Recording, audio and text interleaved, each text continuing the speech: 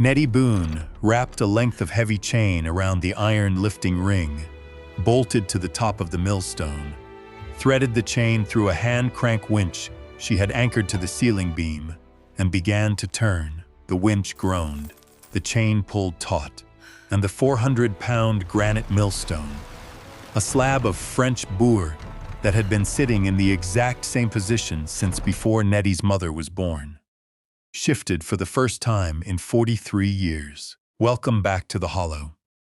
Pull up a chair, get comfortable, and let us know in the comments where you're listening from tonight. Because what Nettie Boone is about to find underneath that millstone is going to change the history of this entire hollow. Nettie was 29 years old, and she had arrived in Sycamore Gap 3 months ago, carrying everything she owned in a single steamer trunk.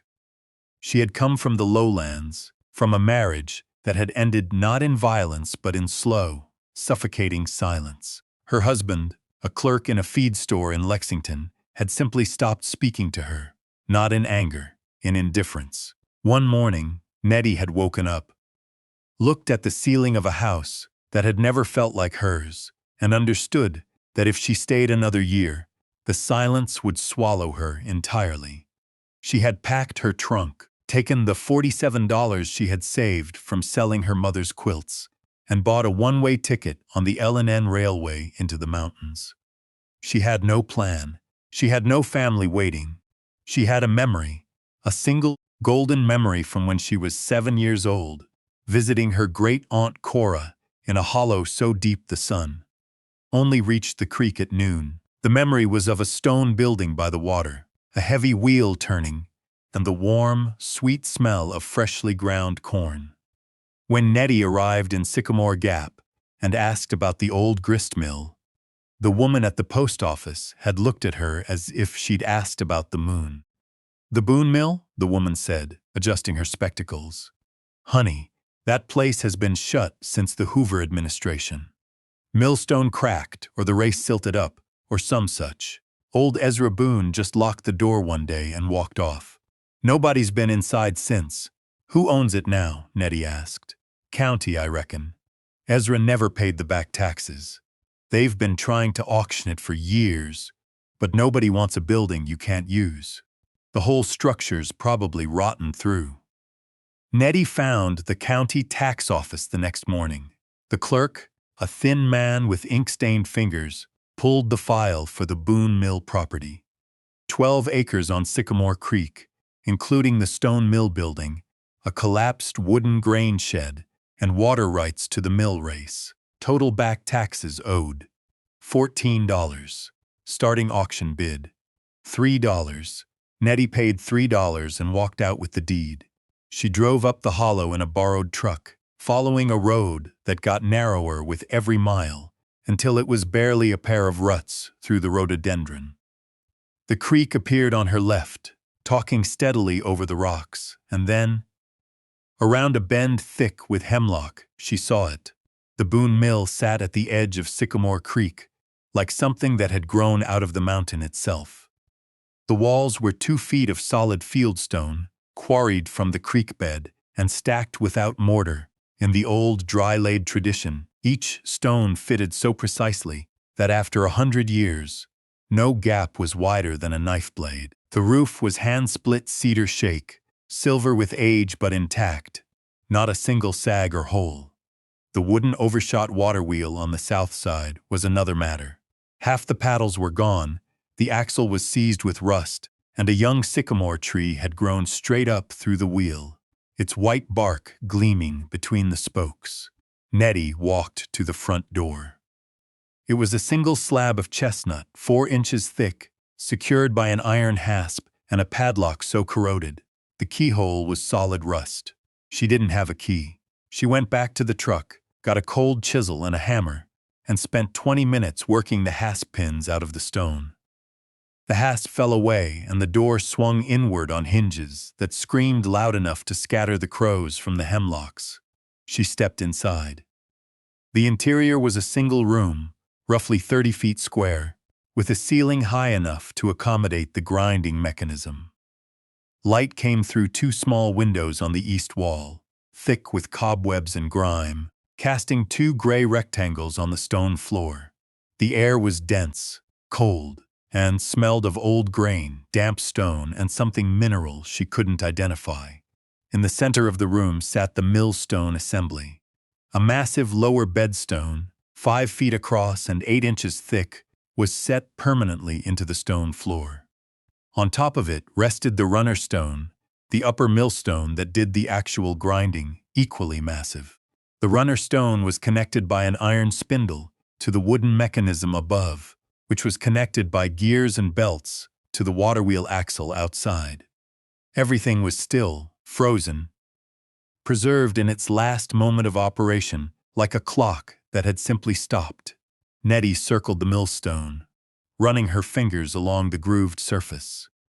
The stone was French buhr, not the local granite most mountain mills used, but imported composite quartz, the finest milling stone in the world. A stone like this was worth more than the entire building. Why had Ezra Boone abandoned it? She noticed something odd. Around the base of the lower bedstone, where the stone met the floor, there was a ring of packed earth and clay. But the ring was too uniform, too deliberate.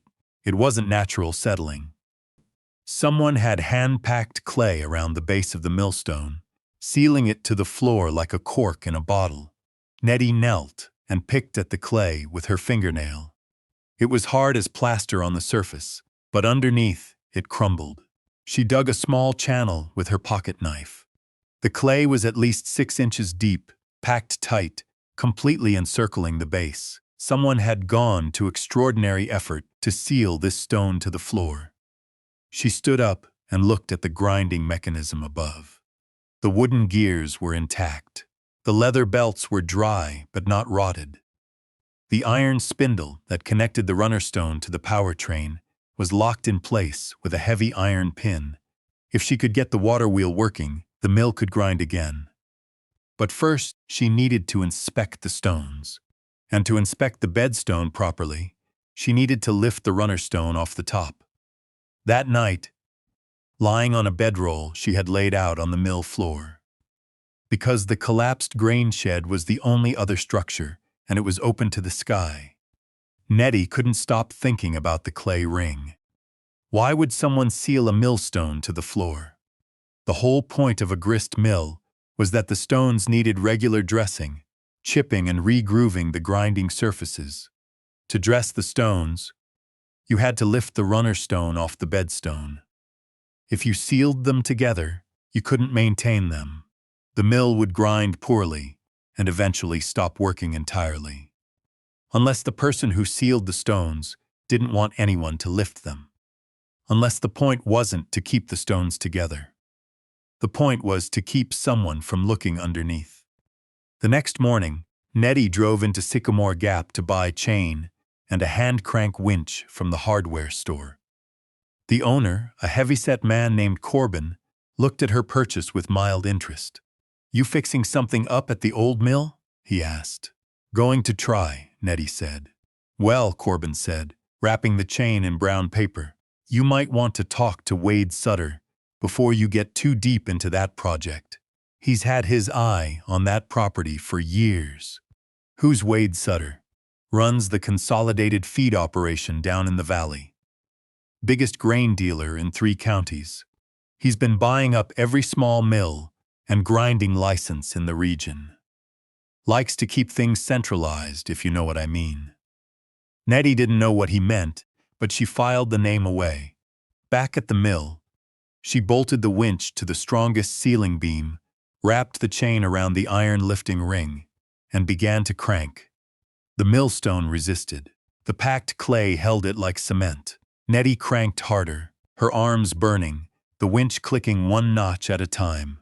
She heard a deep, grinding crack, the sound of the clay seal breaking, then a long, low groan as 400 pounds of French buhr quartz began to rise. The runner stone cleared the bedstone by an inch.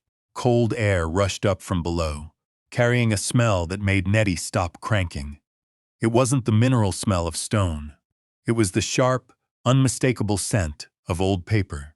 She cranked the stone up another 6 inches and locked the winch. Then she got on her knees and looked into the gap between the runner stone and the bedstone. The bedstone had been hollowed out. The center of the 5-foot granite disc had been carefully chiseled into a shallow basin, roughly 18 inches across and 6 inches deep, and sitting inside that basin, wrapped in oilskin, was a package. Nettie reached in with both hands and pulled the package out. It was heavy, perhaps 5 pounds. She set it on the stone floor, unwrapped the oilskin, and found a second layer of waxed canvas. She unwrapped that. Inside was a leather-bound ledger, a stack of envelopes tied with twine, and a small cotton pouch that clinked when she moved it. She opened the cotton pouch first. Inside were gold coins. She counted them, her fingers trembling. 20 double eagles, $20 gold pieces, each one heavy and warm in her palm. $400 in gold, hidden inside a millstone. But it was the ledger that made her sit down hard on the stone floor. The first page was dated March 3rd, 1895, written in the neat, precise hand of a man who was accustomed to keeping records.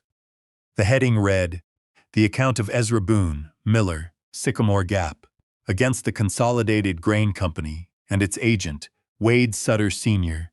Nettie turned the page and began to read. Ezra Boone's ledger told a story that the Hollow had forgotten, or been made to forget. In 1895, the Boone Mill had been the only grist mill in the Upper Valley. Every family within 20 miles brought their corn, wheat, and buckwheat to Ezra. He ground it for a toll, 1/8 of each bushel, the standard mountain rate. The mill ran 6 days a week, the waterwheel turning steadily, and Ezra Boone made a modest, honest living. Then Wade Sutter Sr. arrived. Sutter was not a mountain man. He came from the flatlands with capital, connections, and a plan. He established the Consolidated Grain Company in the valley town below, built a modern steam-powered roller mill that could process 10 times the volume of Ezra's waterwheel operation, and began selling flour at prices so low that no farmer could justify the trip up the hollow to Ezra's stone mill. But Sutter's prices were a trap, and Ezra Boone was the first person in the valley to understand why. The ledger detailed it with mathematical precision. For the first 2 years, Sutter sold flour below cost, taking a deliberate loss to drive every independent mill in the region out of business. Ezra documented each price drop, each mill closure, each family that stopped bringing grain to his wheel. He tracked 17 independent mills across 3 counties. By 1897, 14 of them had closed. By 1900, Ezra's mill was the last one standing. Then Sutter raised his prices, not slowly, not gently. In a single month, the price of flour from the Consolidated Grain Company doubled, then tripled. The families who had abandoned the independent mills now had no alternative. They paid Sutter's prices, or they went without flour. And Sutter added a new condition. He would only sell to families who signed exclusive purchasing agreements, binding them to buy all their grain products from Consolidated for 5 years. Before we get into what happened next between Ezra and the grain company, take a second to hit that like button if this kind of forgotten mountain history pulls you in. It helps these Appalachian stories reach more listeners. Now, let's get back to the ledger. Ezra fought back the only way he knew how. He kept his mill running. He lowered his toll to 1/16 of each bushel, half of what he needed to survive. He repaired his own water wheel, dressed his own stones, grew his own food, and ground grain for anyone who would make the trip up the hollow, agreement or no agreement. And he kept records of everything Sutter did. The letters in the bundle told the rest of the story. Ezra had written to the state attorney general, to the Federal Trade Commission, to 3 different newspapers. He had documented a clear, systematic monopoly, the kind of predatory pricing scheme that the Sherman Antitrust Act, passed just 5 years earlier, was designed to prevent. Not a single letter had received a response. The final entry in the ledger was dated October 12th, 1900. The handwriting was different from the rest, shakier, written in haste. Sutter's men came to the mill today, 3 of them. They said I have 1 week to close the mill and sell the property to Consolidated at their price, or they will dam the creek above the race and cut off my water. I told them the creek is public water and they have no right. They smiled and said, rights are what the county judge says they are, and the county judge eats supper at Sutter's table every Thursday. I will not sell. I will not close. But I am not a fool. I know what these men will do if they find what I have documented. I am sealing the ledger, the letters, and the gold I have saved, $400, inside the bedstone tonight. If anyone finds this, know that the Consolidated Grain Company is a criminal monopoly, and Wade Sutter has broken the law in every county he operates in. I am leaving Sycamore Gap.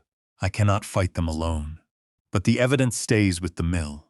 The mill will outlast them all. Nettie closed the ledger.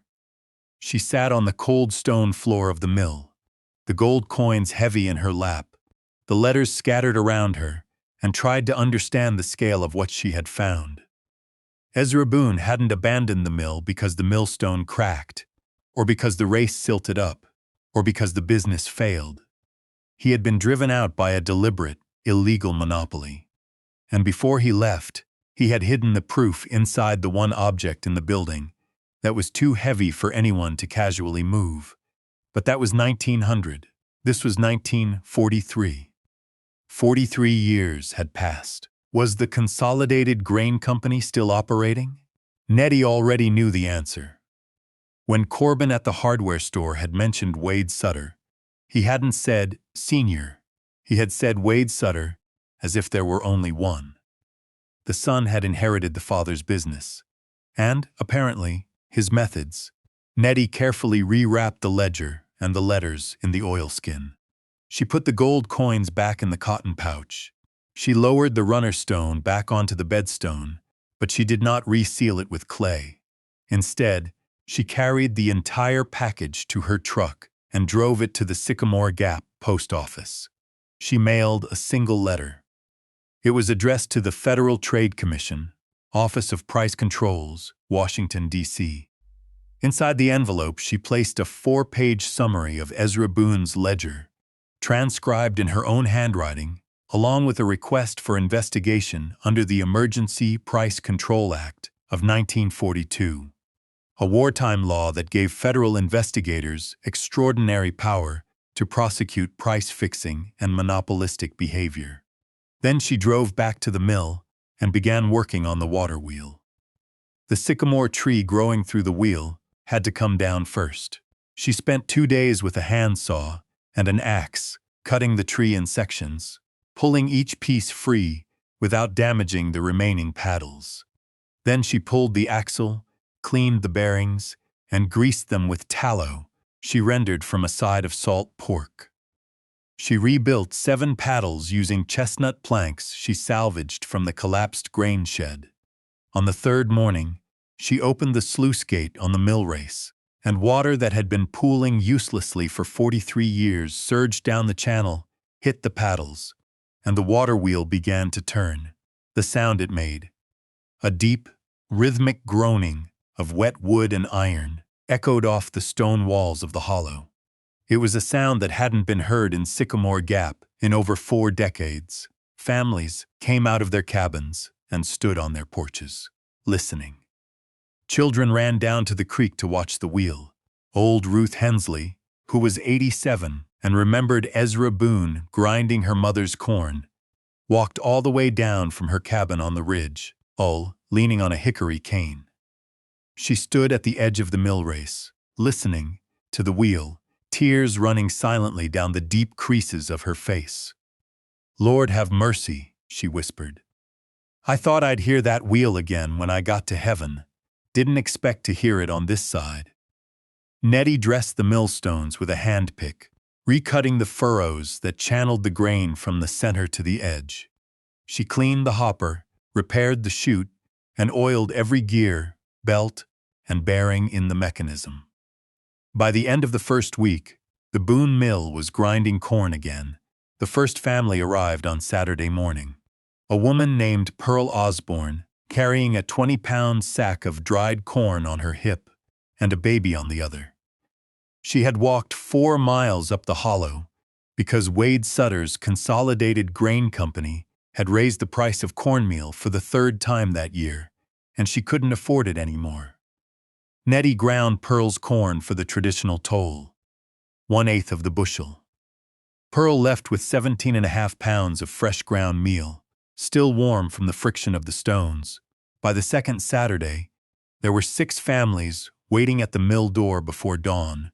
Word traveled fast in the mountains. By the 3rd week, Nettie was grinding grain 6 days a week, just as Ezra Boone had done. The families came from up and down the valley, some walking, some on mules, a few in trucks that coughed and rattled up the narrow road. They brought corn, wheat, rye, and buckwheat. They left with flour and meal at 1/8 the cost of Sutter's prices. Wade Sutter Jr. found out on a Tuesday. Sutter didn't come himself. He sent a man named Darnell, a company lawyer with a narrow face and a leather briefcase, who arrived at the mill in a clean black sedan that looked absurd on the dirt road. Nettie was ankle-deep in the mill race, clearing a beaver dam that was slowing the water flow, when Darnell picked his way down the bank in his polished shoes, holding his briefcase above the mud like a man carrying a live animal. "Miss Boone?" he called. "It's Nettie," she said without looking up. She pulled a wet branch from the dam and tossed it on the bank. "I represent the Consolidated Grain Company," Darnell said. "Mr. Sutter would like to discuss the purchase of this property. It's not for sale." Darnell opened his briefcase and pulled out a folded document.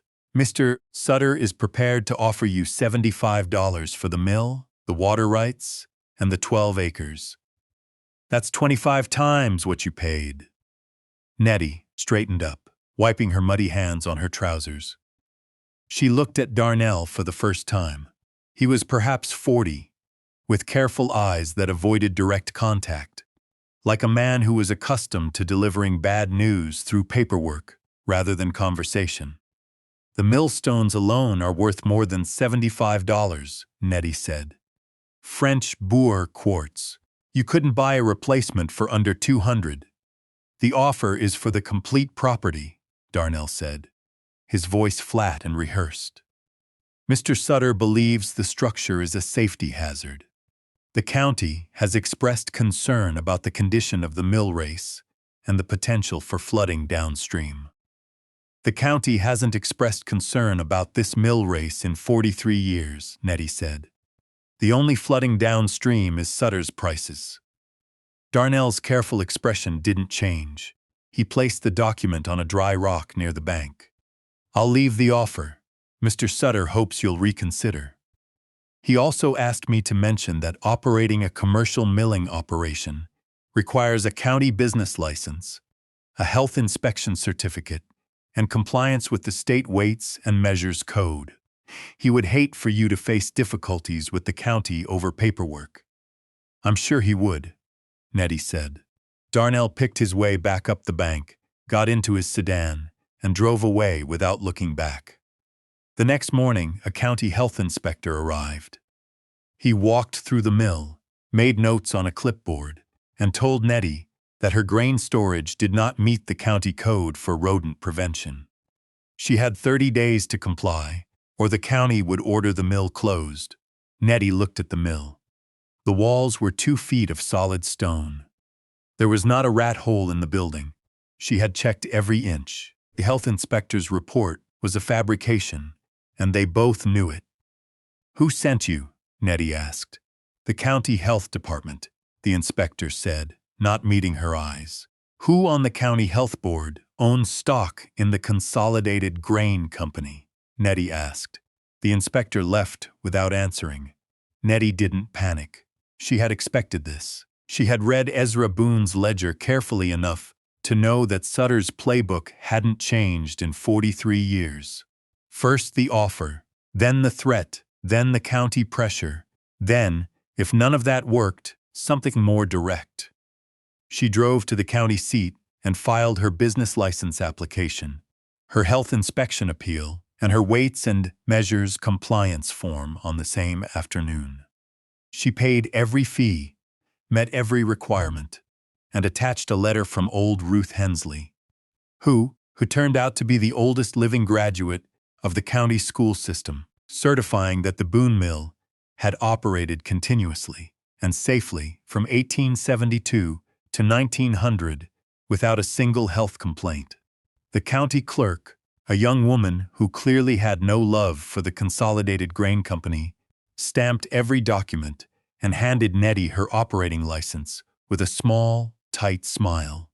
But Sutter wasn't finished. 2 weeks later, Nettie arrived at the mill before dawn and found the sluice gate on the mill race wedged shut with iron spikes. Someone had driven 6 heavy railroad spikes through the gate frame in the middle of the night, jamming it closed. Without water flowing to the wheel, the mill couldn't grind. Nettie spent 4 hours with a claw hammer and a cold chisel, pulling the spikes out one by one. Her hands bled, her shoulders ached, but by noon, the water was flowing and the wheel was turning. 3 days later, she found the gate spiked shut again. This time, 9 spikes. She pulled them out. It took 6 hours. The third time, she found the gate spiked and a heavy chain wrapped around the wheel itself, locking the paddles in place. Whoever had done it had waded into the creek in the middle of a freezing October night to chain the wheel. It was the work of someone who was not going to stop. Nettie sat on the creek bank, her boots soaking, her hands raw, and stared at the chained wheel. She was one woman against a company that had been crushing independent millers for half a century. Ezra Boone had fought them alone and lost. Was she going to lose the same way? Then she looked at the mill. At the 2-foot-thick stone walls, her great-uncle had built without mortar. Each fitted so precisely that 100 years of mountain winters hadn't moved a single one. At the French buhr millstones that could grind grain finer than any roller mill. At the waterwheel she had rebuilt with her own hands, plank by plank. No, she was not going to lose the same way, because Ezra had fought alone, and Nettie was not alone. She drove to Pearl Osborne's cabin first, then to the Hensley place, then to the Sizemore farm, the Combs place, the Ambergy homestead. By sunset, she had visited every family that had brought grain to the mill in the past month. She told them the truth, all of it. Ezra Boone's ledger, Sutter's monopoly, the spiked gates, the chained wheel. He's trying to shut the mill the same way his father did 43 years ago, Nettie said, standing on Pearl Osborne's porch in the fading light, speaking to a dozen families gathered in the yard. He's going to keep coming until the wheel stops turning, unless we make sure it doesn't stop. Thomas Sizemore, a man whose forearms were thicker than fence posts from 30 years of splitting rails, spoke first. "What do you need?" "I need someone at the mill every night," Nettie said. "2 men, in shifts from dusk to dawn. I need the families to keep bringing grain, and I need someone who can deliver a letter to the federal investigator in Lexington, because the one I mailed 3 weeks ago apparently hasn't arrived." Thomas Sizemore looked at his wife. His wife nodded. "I'll take the first watch tonight," Sizemore said. "And I know a man in Hazard who drives a mail truck to Lexington twice a week. Your letter will get there." The night watches began immediately. Every evening at dusk, 2 men from the Hollow families walked down to the mill, carrying rifles and thermoses of coffee, and sat on the stone wall by the mill race until dawn. They didn't hide. They built small fires in a ring of stones by the creek and sat in the firelight, visible from the road, their rifle barrels catching the glow. Nobody spiked the gate again. Nobody chained the wheel. Sutter's men, whoever they were, did not come back, but Sutter himself did. He arrived on a Thursday morning in early November, driving a large black automobile that he parked directly in front of the mill door, blocking the entrance.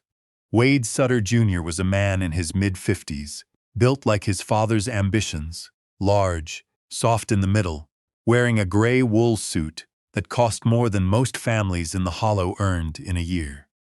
He had small, calculating eyes and a mouth that smiled without warmth. Nettie was inside the mill, dressing the runner stone with a hand pick. She heard the car door slam and walked out, the pick still in her hand. Sutter looked at her. He looked at the turning water wheel, the clean mill race, the fresh chestnut paddles she had built. He looked at the 2 sacks of corn stacked by the door, waiting to be ground. His smile compressed into a hard, thin line. "I came to make you a final offer," Sutter said. $500 for the property. Cash. Today. That's more than fair for 12 acres of scrub and a building that should have been torn down 20 years ago. The building is 100 years old, and it will stand for 100 more, Nettie said. And it's not for sale. "Miss Boone," Sutter said, stepping closer, his voice dropping to the confidential register of a man who was accustomed to having his whispers treated as commands. "I have operated the Consolidated Grain Company in this valley for 30 years. My father operated it for 30 years before me. We have a relationship with this community. We provide a service. What you're doing here, this little hobby, is disrupting 60 years of established commerce." "What I'm doing here," Nettie said, "is grinding grain for 1/8 of a bushel. What you're doing is charging 4 times the fair price because you spent 60 years making sure there's nobody else to buy from." Sutter's smile vanished. "You don't understand how things work here." "I understand exactly how things work here," Nettie said. She set the hand-pick down on the millstone behind her. "I found your father's playbook, Mr. Sutter. It was hidden inside the bedstone of this mill for 43 years. Every price Sutter Sr. undercut, every mill he shut down, every letter Ezra Boone wrote that was intercepted before it reached Washington. Your father ran a criminal monopoly, and you inherited it." Sutter went very still. The color left his face slowly, starting at the temples and working inward until his complexion was the gray of old ash. "That ledger," Sutter said carefully, "is the ramblings of a bitter, broken man who couldn't compete with a modern business. That ledger," Nettie said, "is currently sitting on the desk of a federal investigator in Lexington, along with 200 pages of price records, correspondence, and testimony from 14 families who have been paying your monopoly prices for decades. The Wartime Price Control Act gives federal investigators the authority to prosecute price fixing without going through the county courts." Sutter stared at her. Behind him, the water wheel turned steadily, the ancient rhythm of wood and water filling the silence. "You're bluffing," he said. "The investigator's name is Harold Whitmore," Nettie said. "His office is on the 3rd floor of the federal building on Main Street in Lexington. He received Ezra Boone's ledger 9 days ago. He has already opened a file." Sutter's jaw worked silently. He looked past Nettie into the mill, at the massive French buhr millstones, at the turning gears, at the thick stone walls that had stood for a century and would stand for another. He looked at the family's grain sacks stacked by the door. He looked at the handpick sitting on the stone, the tool of a woman who knew how to work. "This isn't over," Sutter said, but his voice had lost its authority. It was the voice of a man who had inherited an empire and was watching it crack. "For you, Mr. Sutter," Nettie said, "I believe it is." Sutter got back in his automobile, reversed onto the dirt road, and drove down the hollow. He did not look back. The federal investigation moved with the urgency of wartime enforcement. Harold Whitmore arrived in Sycamore Gap 2 weeks later with a team of 3 investigators and a stack of subpoenas. They spent 4 days interviewing families, inspecting Sutter's price records, and photographing Ezra Boone's ledger page by page. The case was not complicated. 60 years of predatory pricing, systematic destruction of competition, and deliberate manipulation of county officials produced a paper trail so long that the federal team needed a second vehicle, just to carry the evidence back to Lexington. Wade Sutter Jr. was indicted on 27 counts of price fixing, monopolistic trade practices, and violation of the Emergency Price Control Act. The Consolidated Grain Company's assets were frozen. The exclusive purchasing agreements that had bound Valley families for decades were declared void and unenforceable by federal court order. The settlement was enormous. Every family that had signed an exclusive agreement received restitution. The total exceeded $40,000, distributed among families who, in some cases, had been overpaying for flour since before their children were born. And Nettie Boone did not just get justice. She got a life. The families of the Hollow, grateful beyond the capacity of mountain people to express in words, showed their gratitude the only way they knew how: with labor. Thomas Sizemore and a crew of 12 men arrived at the mill on a Saturday morning in April and didn't leave for 3 weeks. They rebuilt the grain shed from the foundation up, using fresh-cut oak and a cedar shake roof that matched the mill. They regraded the mill race, lined it with fieldstone, and built a proper sluice gate with a cast-iron mechanism that no railroad spike could penetrate.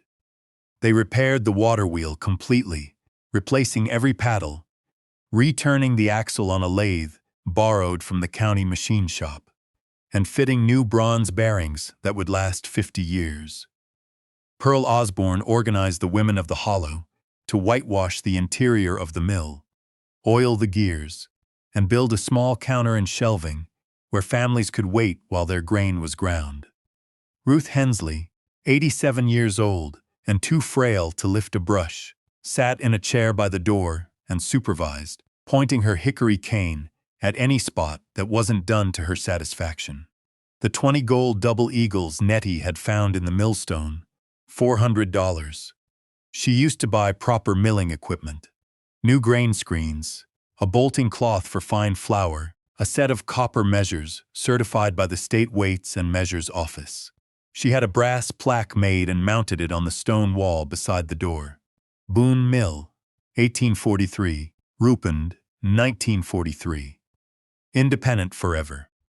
When the county grain inspector came for the first official inspection of the reopened mill, he found a facility so clean, so well maintained, and so precisely calibrated that he gave it the highest rating in the county's history. He told Nettie it was the finest small mill he had ever inspected. Nettie ran the Boone Mill for the next 31 years. She ground grain for 3 generations of Hollow families. She trained 2 apprentices who went on to reopen independent mills in neighboring counties, breaking the last remnants of Sutter's monopoly for good. She married Thomas Sizemore's youngest son, a quiet carpenter who understood stone walls and steady work, and they raised 4 children in a cabin they built beside the mill, close enough to hear the wheel turning at night. Years later, when visitors asked Nettie what made her buy a crumbling mill for $3 in a hollow she'd never lived in, she would lean against the warm stone wall, listen to the wheel for a moment, and say the same thing every time. "I remembered a sound," she would say. "When I was 7 years old, I heard a wheel turning and grain grinding, and it sounded like someone's whole life working the way it was supposed to. I spent 22 years in places where nothing sounded right. Then I came here and I heard it again. That's worth more than $3. That's worth everything." If this story of Nettie Boone and the hidden millstone kept you listening, leave a comment to tell us your favorite part. Have you ever found something hidden in a place everyone else had given up on? Share your thoughts, hit that subscribe button, and we'll see you next time in the Hollow.